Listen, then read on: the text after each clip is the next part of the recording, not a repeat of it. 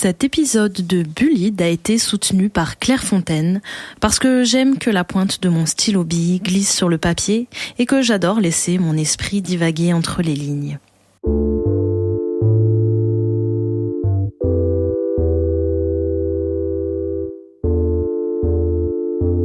Bullied, le podcast sur le harcèlement scolaire qui redéfinit les marges.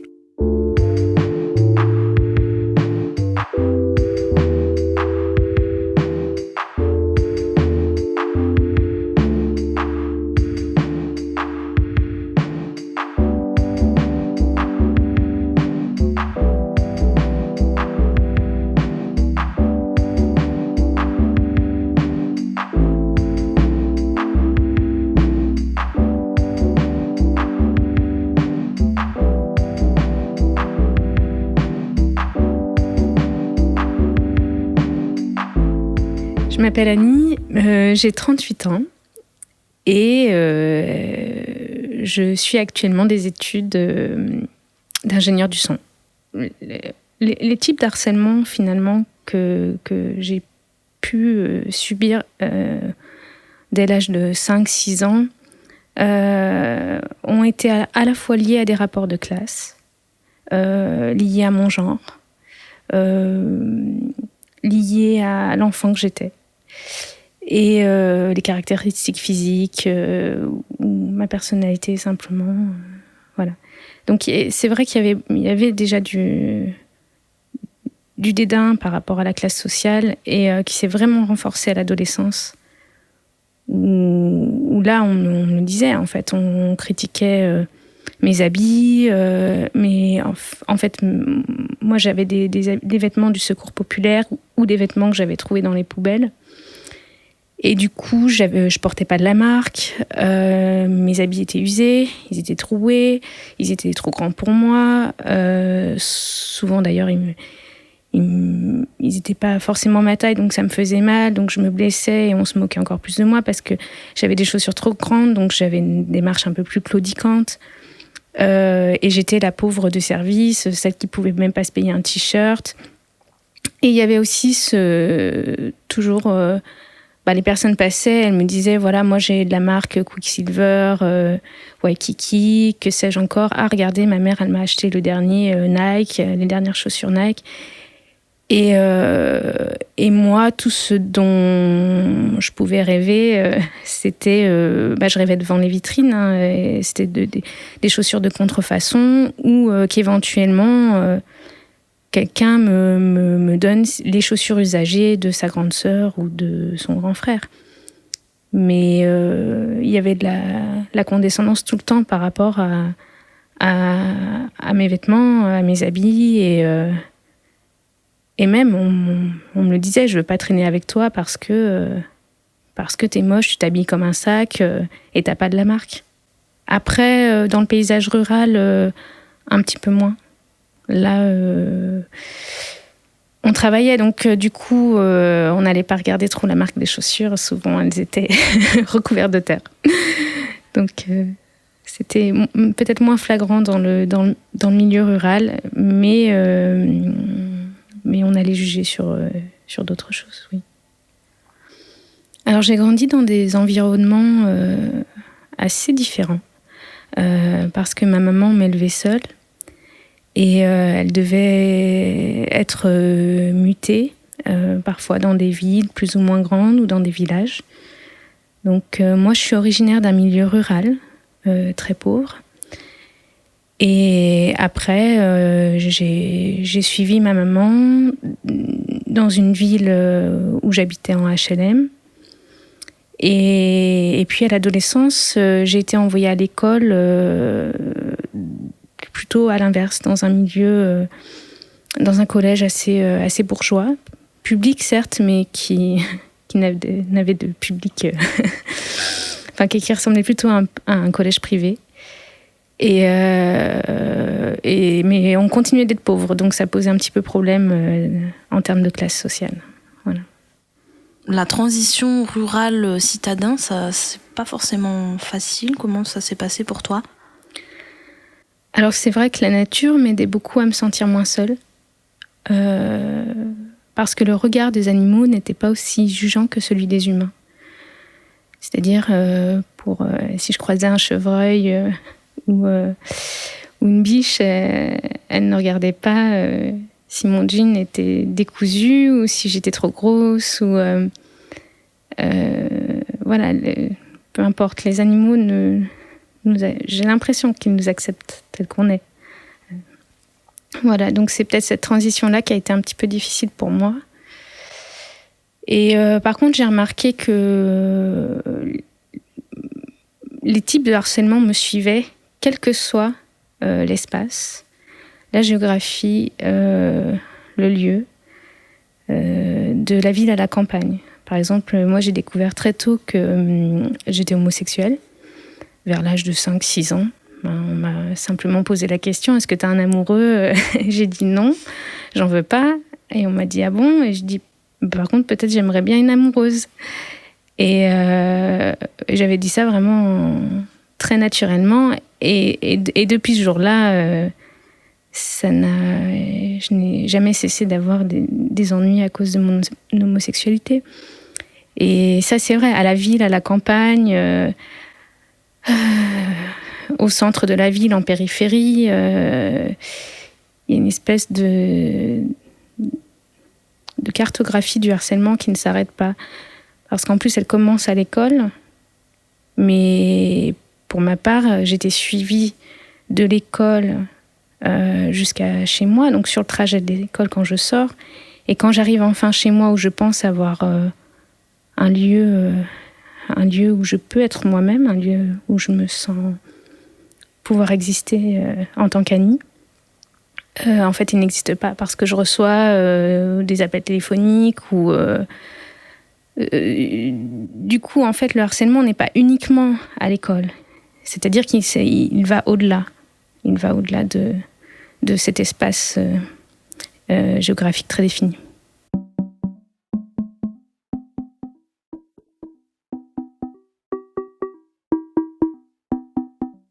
Et à ton avis, donc mis à part donc l'homosexualité dont tu viens de parler et dont tu fais référence, qu'est-ce qui chez toi est unique et qui déplaît tant à ces personnes qui t'ont harcelé ou qui continuent de te harceler peut-être dans la rue ou autre aujourd'hui ?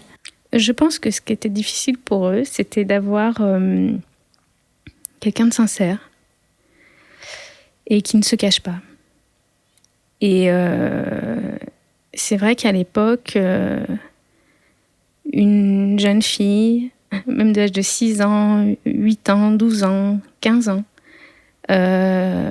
qui dit qu'elle est homosexuelle, qui vient d'un milieu très pauvre, rural, qui n'a pas les formes attendues par la société actuelle.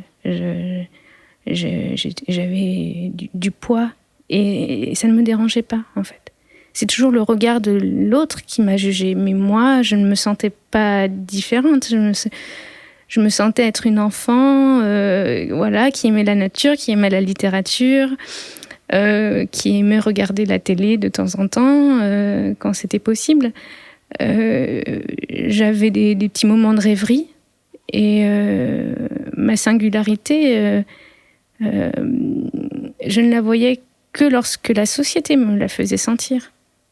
Mais je n'ai jamais compris en quoi c'était un mal, puisque moi j'étais plutôt quelqu'un qui avait un amour des autres êtres humains, du respect, beaucoup de tendresse pour le monde qui m'entoure et d'humilité. Donc je pense que ce qui a été difficile pour eux, c'est que j'étais là, j'existais, et ils n'avaient pas forcément envie que j'existe. Et c'était complexe pour eux parce que je ne mentais pas, je me cachais pas, même avec toutes les épreuves que j'ai traversées, c'est-à-dire qu'on me jetait des pierres, on me crachait dessus, je me faisais bastonner à l'arrière du bus, on me jetait mon cartable, on m'insultait, on me faisait des messes basses, on se levait quand j'arrivais à la cantine, etc. Malgré tout cela, je n'arrivais pas à être quelqu'un d'autre que moi-même et je ne voulais pas renoncer à ça. Et c'était bien pour ça que le harcèlement fut plus dur, parce que je n'ai pas voulu être dans un moule sociétal ou de l'école. Donc, pour eux, c'était une sorte de bravade. Alors que pour moi, je ne pouvais pas faire autrement. J'ai essayé parce que, à un moment donné, la solitude est trop grande. Moi, c'était difficile. J'avais aussi des professeurs une professeure qui me harcelait. Et je me suis sentie si seule qu'à un moment donné, j'ai perdu espoir. Oui, vers l'âge de 12 ans, je me suis dit, je suis incomprise, je suis seule au monde. Si personne ne peut comprendre mon cœur d'enfant, autant arrêter. Donc, j'ai pensé au suicide, j'ai fait une tentative de suicide. Et après ça, qui a échoué. Et après ça, ça a quand même continué. C'est-à-dire qu'au collège, je voulais plus y aller. Je faisais souvent l'école buissonnière. Je rêvais la nuit que je me jetais du haut du collège parce que le suicide me pensait être la seule solution à la velléité, au rejet et à la mesquinerie, à la méchanceté gratuite. Je ne voyais pas d'autre issue, en fait, parce que je ne pouvais pas être quelqu'un d'autre que moi-même. Je ne pouvais pas feindre. Et j'ai essayé, je crois, une journée. Je crois que j'ai essayé d'être quelqu'un d'autre dans l'espoir d'avoir une sororité, dans l'espoir de trouver écho. J'ai essayé de rentrer dans le moule, mais je ne pouvais pas rire, par exemple, aux blagues qui étaient faites au sujet du physique de quelqu'un. Donc en fait, ça tournait court, très très vite. J'écoutais ces paroles, mais je n'ai pas voulu y participer. Donc j'ai très vite laissé tomber. Je me suis réfugiée plutôt dans la rêverie et dans la littérature, dans les bibliothèques, quand je le pouvais, ou à marcher avec ma chienne en forêt.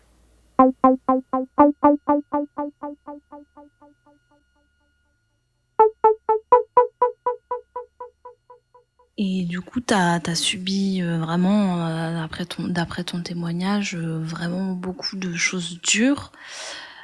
Est-ce qu'aujourd'hui, t'as des séquelles? Comment tu te sens et comment tu deals avec tout ça? Alors oui, j'ai eu des séquelles, des séquelles physiques et morales. Du coup, après les agressions, j'ai perdu aussi une partie de ma mobilité. Ça a été difficile pour moi même de marcher. Et puis, je pense qu'il y a des séquelles. C'est pas uniquement moi, c'est aussi mon entourage. C'est-à-dire que ma mère, elle voyait quand même qu'il se passait des choses pas faciles. Donc elle me questionnait, elle me disait qu'est-ce qui s'est passé, etc. Et moi je lui disais non, ça va rien, ça va aller. Je disais pas rien parce que je voulais pas lui mentir, mais je disais ça va aller, t'inquiète pas. Et du coup, les séquelles d'une agression, les séquelles du harcèlement, elles touchent la personne concernée, mais elles touchent au-delà de ça la sphère intime, la sphère familiale, ou nos amis qui peuvent s'inquiéter pour nous. Même les animaux qui peuvent vivre à côté de nous peuvent ressentir aussi cela. Donc déjà, j'insiste sur le fait que quand les personnes harcèlent une personne, ça a des répercussions sur beaucoup d'autres. Et oui, j'ai eu longtemps, j'ai eu des cauchemars pendant des années, des phobies qui s'étaient développées, un peu d'agoraphobie, parce que dans les lieux publics, ça devenait trop dur pour moi d'être rejetée ou raillée, ou qu'on m'interdise des espaces. Donc il y avait ça, physiquement la difficulté de marcher, et je me sentais aussi complètement dévalorisée. J'avais perdu toute estime de moi-même. Quand on passe des années à vous dire que vous êtes bête, grosse, laide, pauvre, et que dans leur bouche c'est des défauts, hein. C'est ça, parce que pour moi la laideur elle n'existe pas, hein, donc je suis très claire là-dessus. Et pareil, ce qui est gros pour l'un ne l'est pas pour moi, hein. Voilà, soyons honnêtes. Mais mais oui, ça m'a mis du temps. Hein. Dans mes habits, je prenais des habits plus amples. J'étais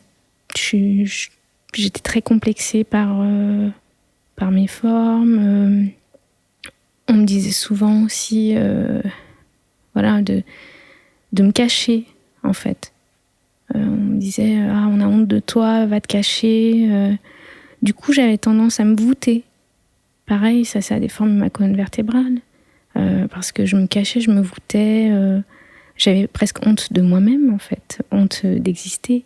Si j'avais pu disparaître, d'ailleurs j'ai essayé, mais voilà, donc j'ai eu tendance après à m'excuser tout le temps. À m'excuser d'être née, à m'excuser d'être dans l'espace dans lequel vous respirez, enfin partager le même air que vous et que ces personnes. Donc ça a été très très long à petit à petit me délester de ces chaînes. C'était beaucoup d'enchaînements en fait, beaucoup de chaînes, un lest. Je me rendais pas compte qu'il était aussi fort et qu'il venait autant de là, mais en fait si. Donc ce lest, j'ai vraiment mis du temps à m'en défaire. Donc oui, ça laisse des séquelles quand même très, très longues, en fait, plus ou moins diffuses, en fait, aussi, plus ou moins insidieuses, y compris dans les rapports à l'intimité, dans notre assurance, au travail, dans les études, le manque de confiance en soi total, l'autodénigrement. Voilà, tout ça sont des séquelles longues et insidieuses. Est-ce que tu as de la rancœur ? Ça a été difficile. La rancœur, c'est pas trop un sentiment qui me caractérise, mais par contre, le sentiment d'injustice, oui.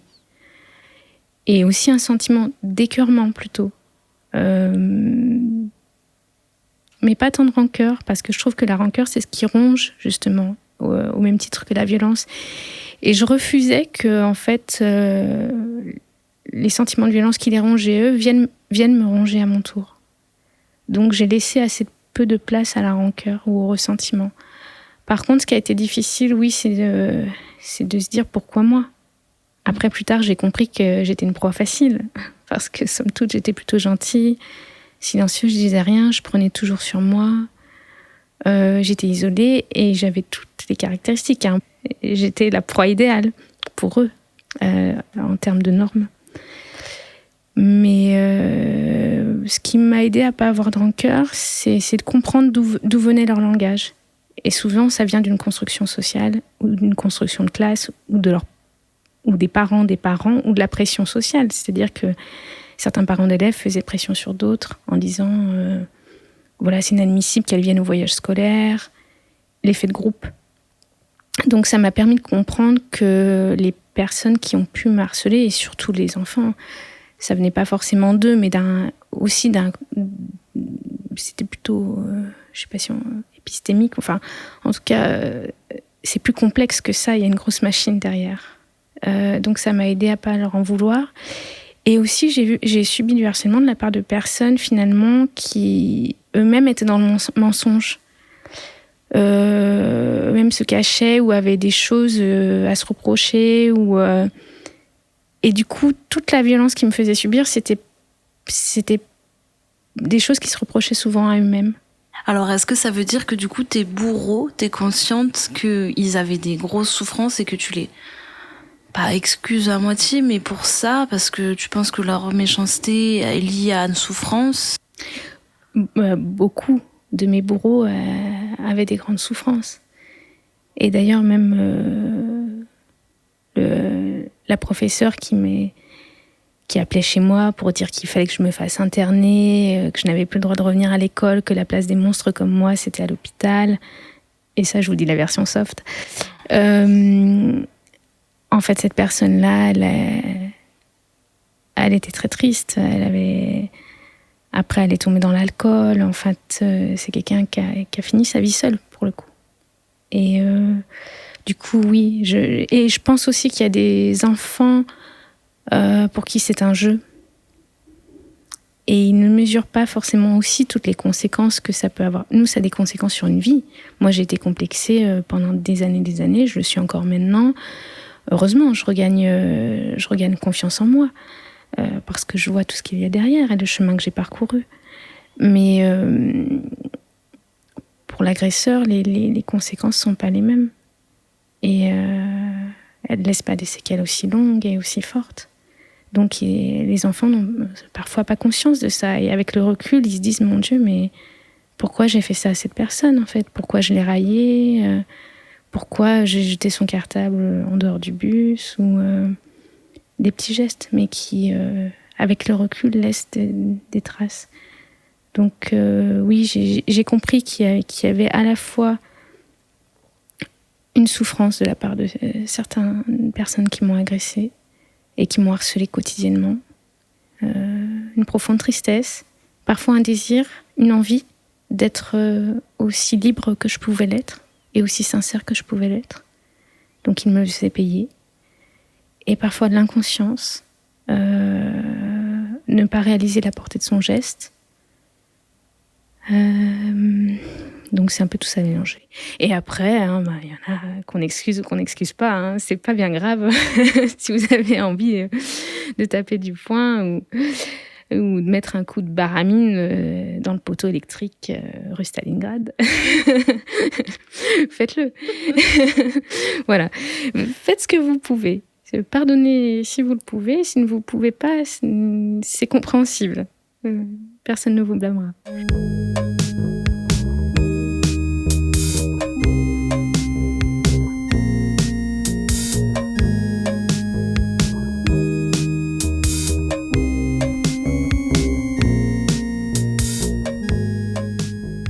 Et si tu croisais un de tes bourreaux dans la rue, est-ce que tu aurais peur de lui ? Qu'est-ce que tu aurais envie de lui dire ? Non, je n'ai jamais eu peur. Et même dans les situations les plus extrêmes, j'ai déjà failli perdre la vie à cause du harcèlement. Non, je les regarderais dans les yeux et peut-être je leur demanderais pourquoi, pour avoir leur version des faits. Ou peut-être que je leur dirais simplement ne refais jamais ça. Ce que tu m'as fait subir, ne le fais subir à personne d'autre.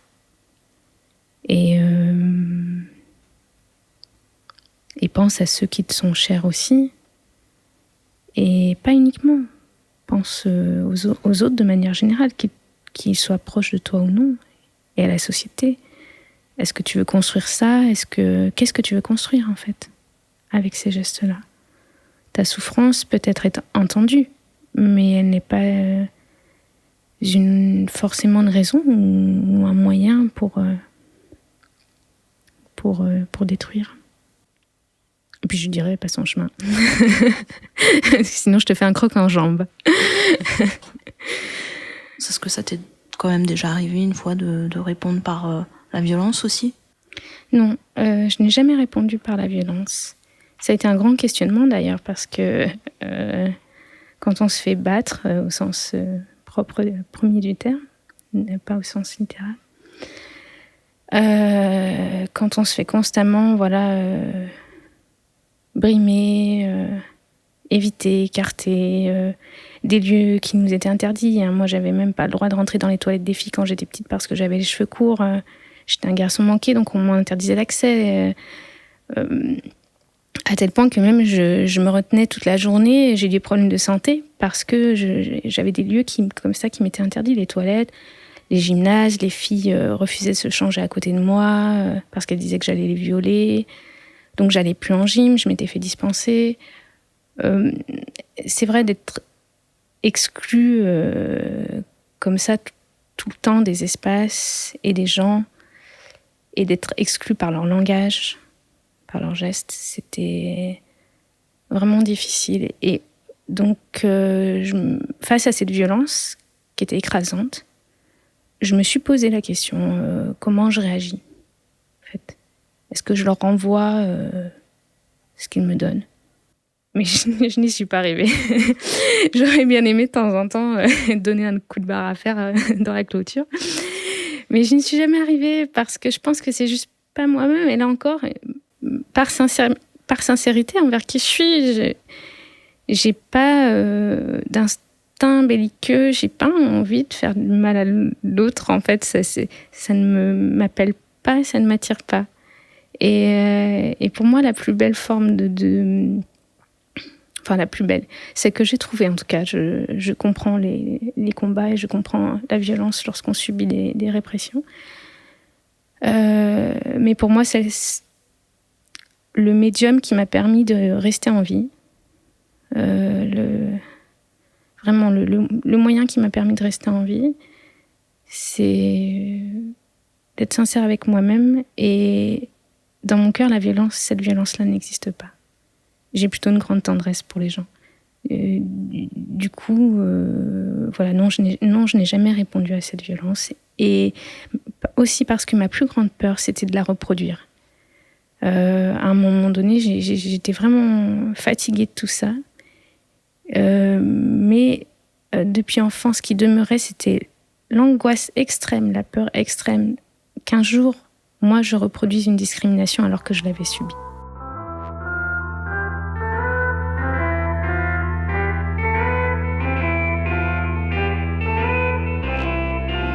Comment t'as fait pour être aussi courageuse pendant tout ce temps, pas céder à la peur?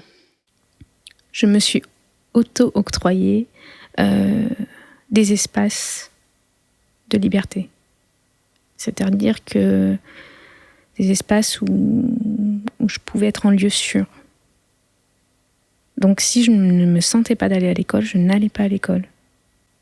Point. En fait. Si je savais qu'à tel cours ou telle classe, il y avait un élève qui allait m'attendre à la sortie de ce cours-là, ou si je savais que j'allais prendre cher, il y a des moments où je me disais non, là je vais m'octroyer du temps et un espace dans lequel je prends des forces. Voilà. Et il y a des moments où je revenais en cours. Et j'affrontais ces personnes parce que j'avais pu avant m'armer de courage. Donc je pense que les espaces pour récupérer les agressions, le temps qu'il faut, il faut vraiment pas négliger sur le temps qu'il nous faut pour récupérer d'une agression subie, ils sont salutaires. Donc je sais que c'est plus facile à dire qu'à faire, mais tant que vous pouvez, si vous le pouvez, octroyez-vous des espaces où vous êtes en lieu sûr et où vous pouvez vous reposer. C'est ce qui va vous donner du courage pour affronter notre journée. Le rire m'a beaucoup aidé. L'autodérision.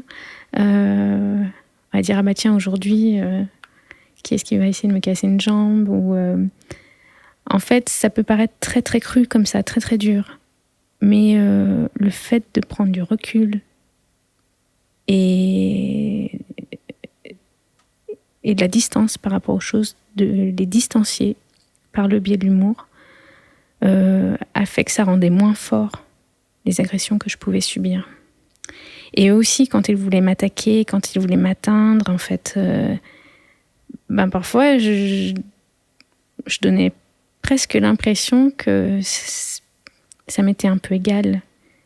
Et du coup, eux, plus leur méchanceté a de l'emprise, plus ils voient que ça vous affecte, plus ils voient que ça vous détruise, plus ils vont vous agresser aussi.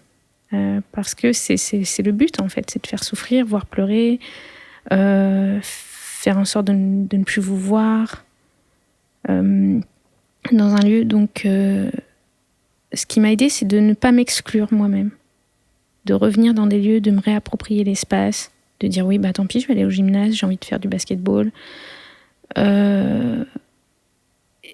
et de regarder les gens droit dans les yeux.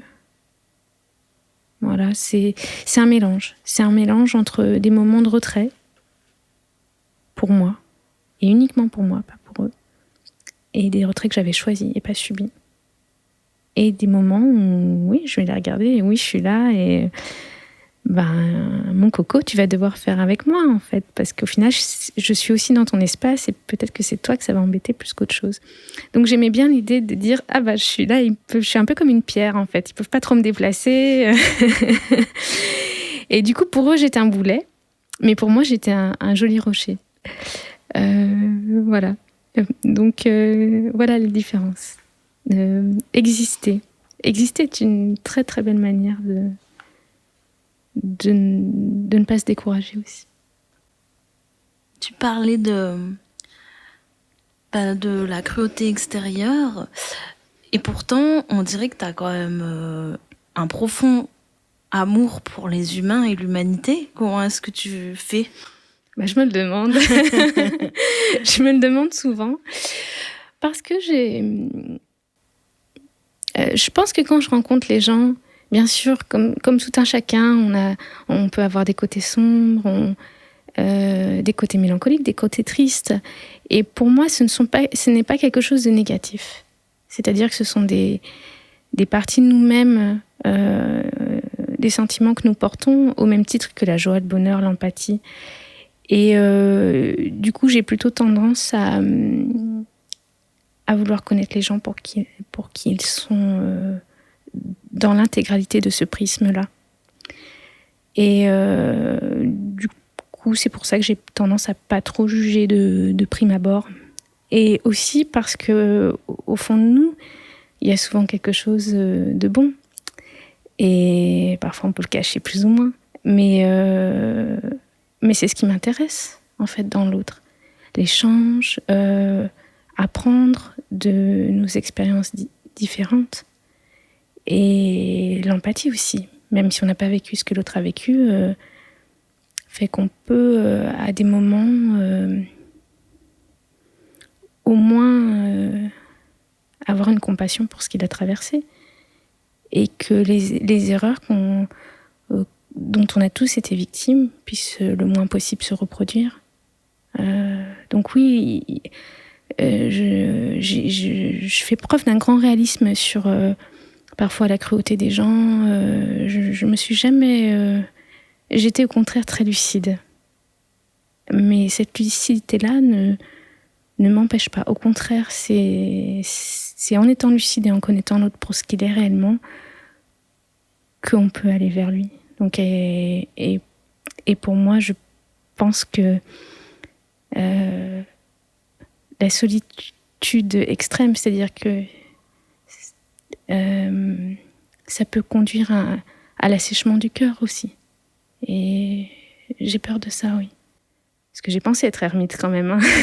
À un moment donné, j'en avais marre. Je me suis dit, c'est bon, je me mets dans une grotte. Voilà. Bon, j'ai tenu 1 jour et demi parce qu'il faisait froid hein, quand même, il pleuvait.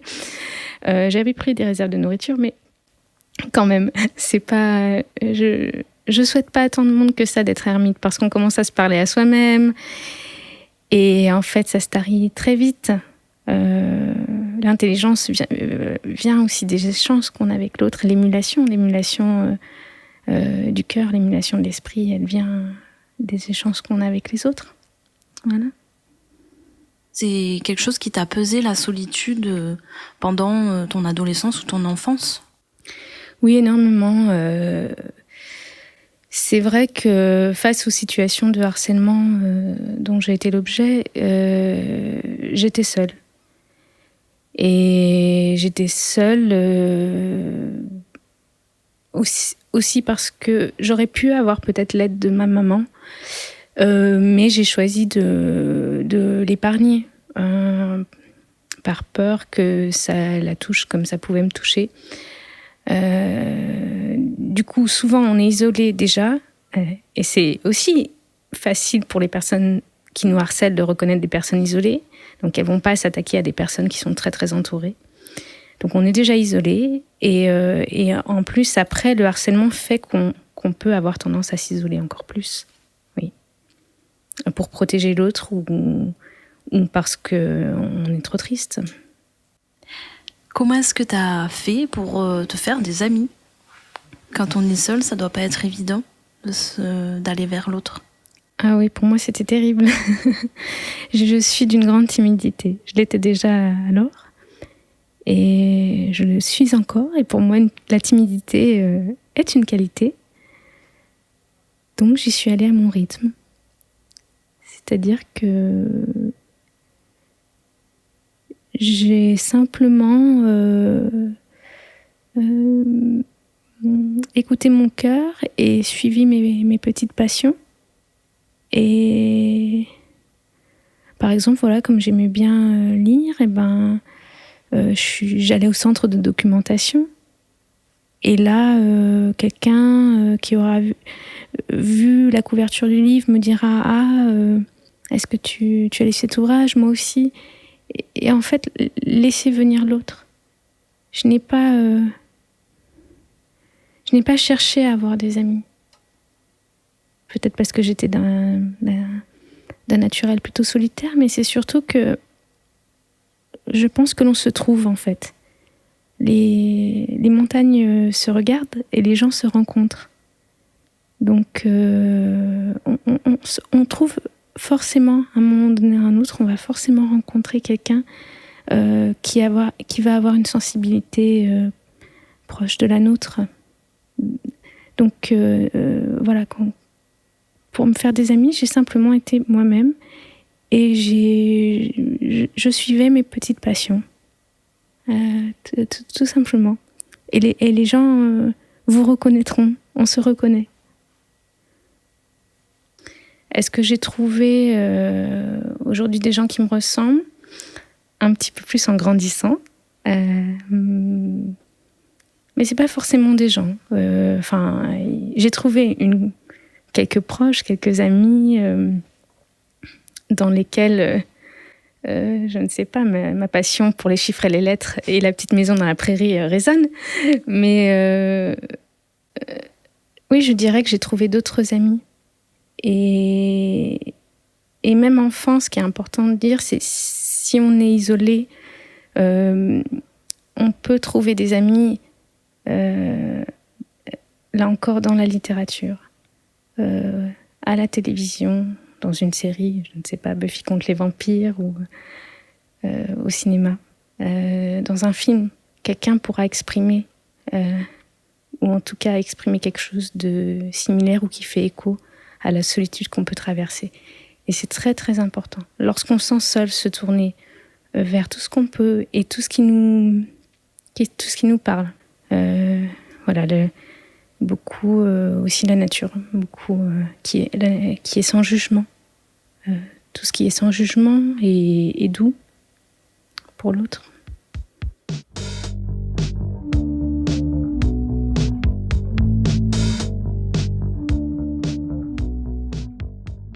Pour me sortir de ça, j'ai commencé par écouter un petit peu mes amis qui me disaient mais en fait Annie, t'es une gentille personne, t'es quelqu'un de plutôt mimi, quoi. Et au début j'avais du mal à les croire, mais petit à petit, avec des personnes bienveillantes autour de vous, vous reprenez confiance en vous. Donc j'ai commencé à entendre ce que les gens me disaient et à faire des choses pour moi. À prendre confiance dans mes instincts, dans mes sentiments, dans ma manière de travailler, faire des choses pour moi, prendre confiance dans les choses que j'aimais. J'ai écouté les choses que j'aimais, la musique, la littérature, et je me suis dit ça, je sais l'identifier. Je sais que j'aime ça, je sais que ça fait partie de moi et je pense que ça peut être une qualité. J'ai essayé de trouver des qualités en moi et ma foi, j'en ai trouvé quelques-unes aux grandes dames de ceux qui m'avaient jugée. Mais on a tous des petites qualités qui ne demandent qu'à qui est un peu comme les personnages, quoi. Enfin, vraiment à sortir et voilà, c'est comme les primes vers au printemps. On a des petites qualités ou même de belles qualités qu'on porte en soi. Et j'essaie de les écouter et de les chérir, et de les protéger, me faire confiance. Si tu avais un conseil justement à donner à des personnes qui se font harceler là actuellement, tu leur dirais quoi ? Alors je peux dire ce qui peut marcher pour moi, sans penser que c'est une règle générale. Je pense déjà que chacun répond comme il peut à une agression et au harcèlement. Donc ne vous culpabilisez pas, faites comme vous pouvez. Je vous en prie, c'est peut-être ma seule requête. C'est-à-dire quand c'est trop violent, n'importe quel moyen qui puisse faire que cette violence sorte de vous-même et que vous n'ayez plus à la porter en vous, c'est un bon moyen. Vous avez le droit, quand on vous insulte ou quand on vous fait du mal, vous avez le droit de répondre. Si vous en avez envie, vous avez le droit de ne pas répondre. Si vous n'en avez pas envie non plus, de ne pas rentrer dans ce jeu-là non plus. Surtout, ce que j'aimerais dire, c'est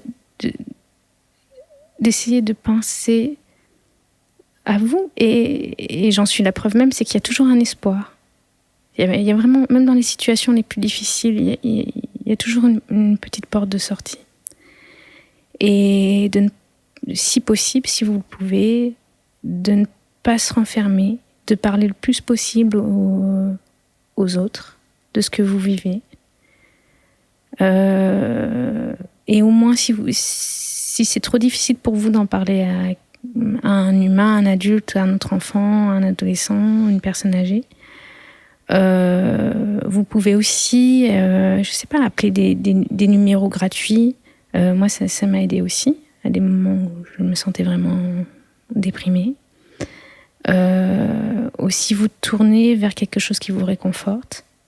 Donc voilà, la littérature, le cinéma, je ne sais pas, la nourriture, un orangina, ou simplement voilà, vous reposer un petit peu dans votre lit, soulager, prendre l'air. Tout ce qui peut vous reposer en fait, tout ce qui peut vous donner du repos pour reprendre des forces face à la cruauté du monde extérieur.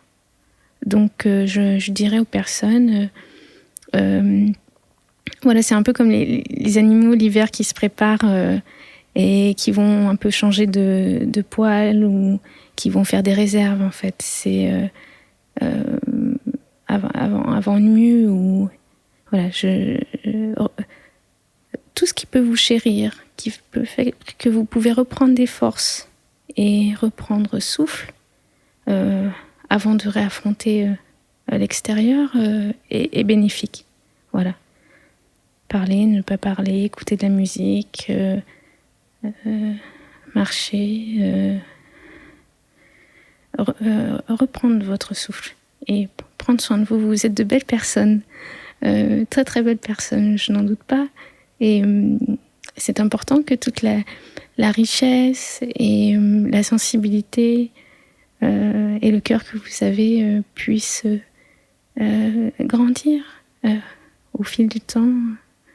Voilà, prenez soin de vous. Merci beaucoup, Annie. De rien, Malika.